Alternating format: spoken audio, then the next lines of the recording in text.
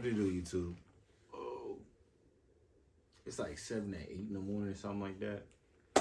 I'm finna catch y'all up though on what's been going on and everything like that, right? With my whole medical process, and let y'all know if I'm gonna get mad separated or whatever it is. But let me get into something more comfortable. So hold on real quick. Alright, boom. So what it do, YouTube? It's your boy Jeremiah 2 times. Talk to me nice, say it twice. That hat backwards bandit, man. And today, like I said, man, before I had to get changed, I'm getting a little bit something more comfortable. Yeah, so I just need to catch y'all up on how the whole medical process is going. So as y'all know, I got the spine stuff from when I got hit by the party bus. Yeah, I got in a car accident with a party bus in 2021, August. It was like August 17th. It's either August 14th or August 17th. But I got hit by a party bus, right? Boom. And then they made me come into work, and then I had fell down the ladder well, because I still had a concussion a little bit, so I tripped and fell down the ladder well and hurt my spine a little bit more. And took me a little while. I got the medical care or whatever, and they seen that I have I did a good little bit of damage to my spine. They tell me that I have a form of severe arthritis and some other stuff like that that's going on in my spine. And then of course I tore my ACL in May because I had a bad back spasm and my leg got caught in the ladder well on the ship. So boom, that happened. I got my ACL surgery in February. Then I got my little procedure in January for my spine, and well, the way that they explained it to me as I don't even feel like looking for the paper right now, but they gonna go in, they gonna clip the nerves, because like it's been like I've been just pretty much dealing with constant pain. But you know, like your pain tolerance builds, right, through certain stuff. So like on a scale of 1 to 10, my back is typically always on like a 5 or 6, just normally. Like no matter what I do, it's just gonna always be at a 5 or 6. Sometimes they flare up and stuff like that. So sometimes it'll flare up, and sometimes you know, some like when it getting cold, it be worse. Boy, I be getting up in the morning. I kid you not. I get up in the morning, I be like, I move like this. I'm like, yeah, nope, we ain't even getting out of bed today. No. Hell nah. I go ahead and text my people at work. I be like, look, man, I ain't gonna make it today. I ain't gonna make it today, champ. But yeah, I got that stuff going on, man. And then so I did my first period of limdo. And for my people that's not in the military, limdo is like when you get hurt. So what they do is they'll put you on 6 months. Put you on 6 months to just boom. That's your job now in the Navy, to get better so you can get back out to the fleet, right? But with the stuff that I have going on, as far as like my spine and stuff, it makes it hard for me to sleep on the ship or do certain things like that, because I'm always at risk of, oh, if I trip down a ladder well, I could do this to my spine and now make things even worse. And now you got a whole nother problem going on. You got a whole bigger problem to face.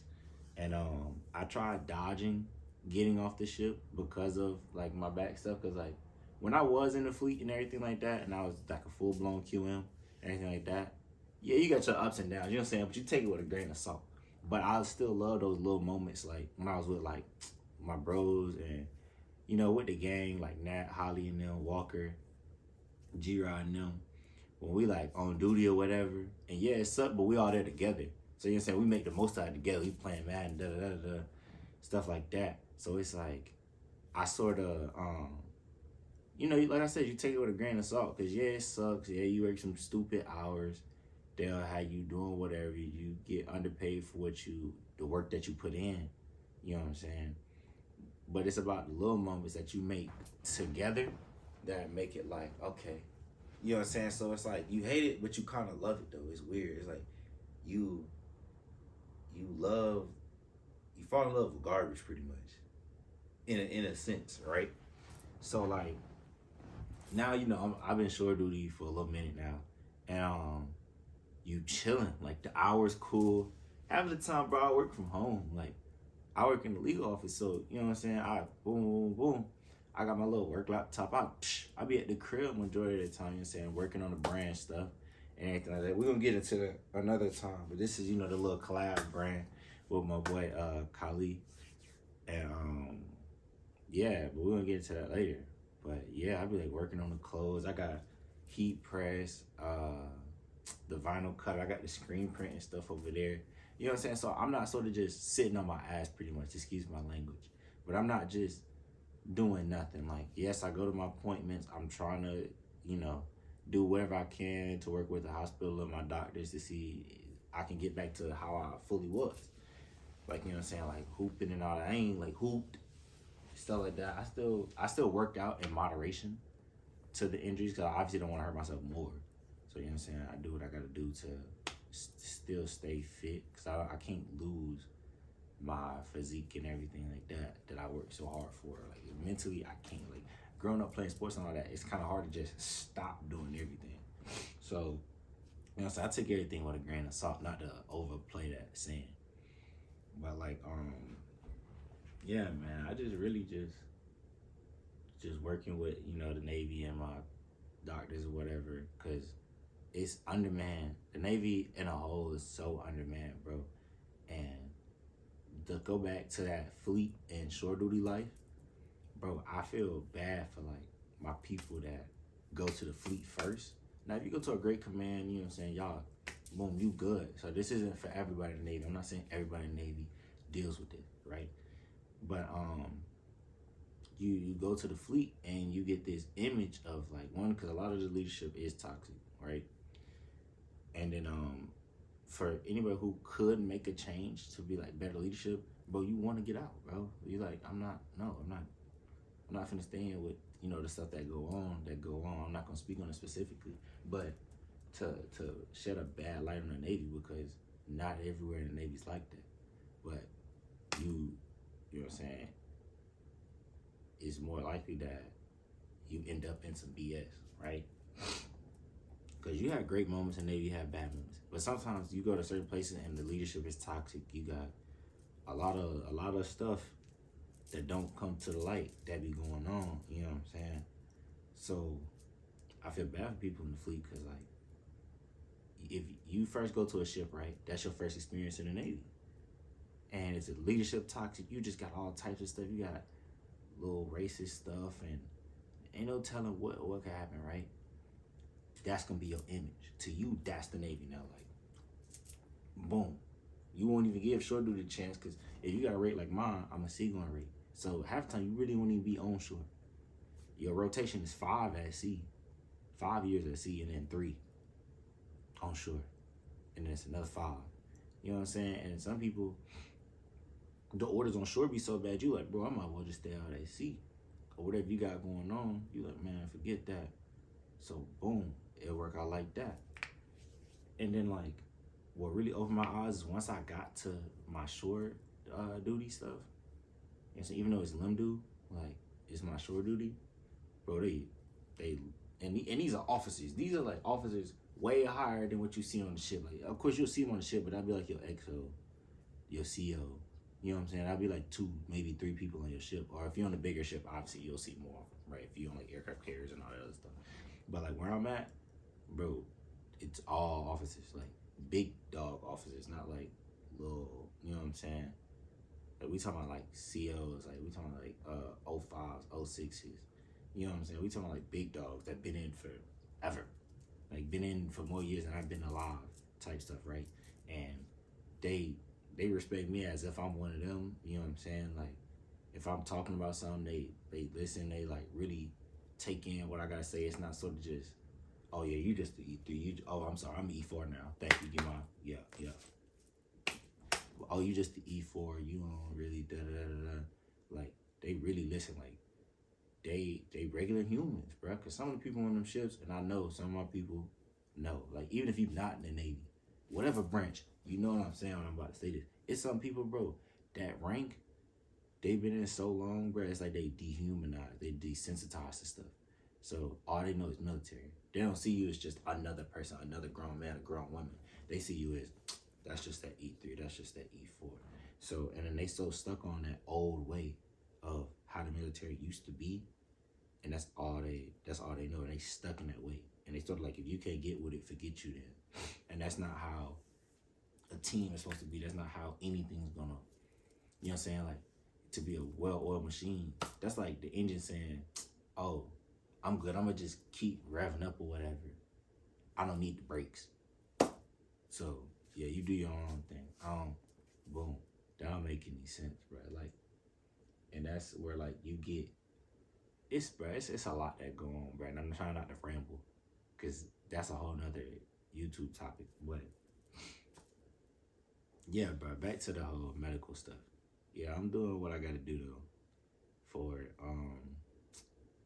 As far as how does it play on me mentally, knowing that I got all this stuff coming up, cause like with the procedure with my back, bro, they talking about so boom, they gonna let me out the hospital, but I need a driver. So I ain't really that cool with too many people out here for real. Like, I ain't got too many friends. I don't be in too many people's faces and stuff like that. So I gotta find somebody that's gonna drive me. People at my command, they like, they'll do it for me or whatever. But they say I just gotta let them know. And so I don't know if they're like 100% can do it or not. So I gotta find someone that's like 100%. Yeah, they got me, cause they like, you're not gonna be able to walk for like, they say like 8 hours a day. It might run into like 2 days. So you know what I'm saying? Just, you're gonna need a driver and leave it and everything like that, because they're gonna like cut the pain nerves or something like that, and inject something. And where it's at in my spine is like literally right there with the central nervous system for my legs. So my legs, and they're not gonna be working for a little bit. So that's a little anxious. That's a little, that's a little scary. You know what I'm saying? I ain't scared of nothing, but that's a little scary. You feel what I'm saying? It's a little scary. But yeah, I got that. So it's a little anxious, man. Sometimes it'd be a little hard to sleep a little bit, because I be overthinking, bro. I be overthinking stuff so much. So like, yeah, I just be trying to, fingers crossed. I mean, everything a little good. We know that, gang. Cause I ain't really tripping on that. But yeah, just get that out the way. Then knock out the ACL surgery, do my rehab and all that. But the thing is, I'm gonna go way past my second. They only give you 2 limbo periods of 6 months, right? After that, you up for a med board, and they like, bro, do we even really need you in the Navy? Like, you're not an asset.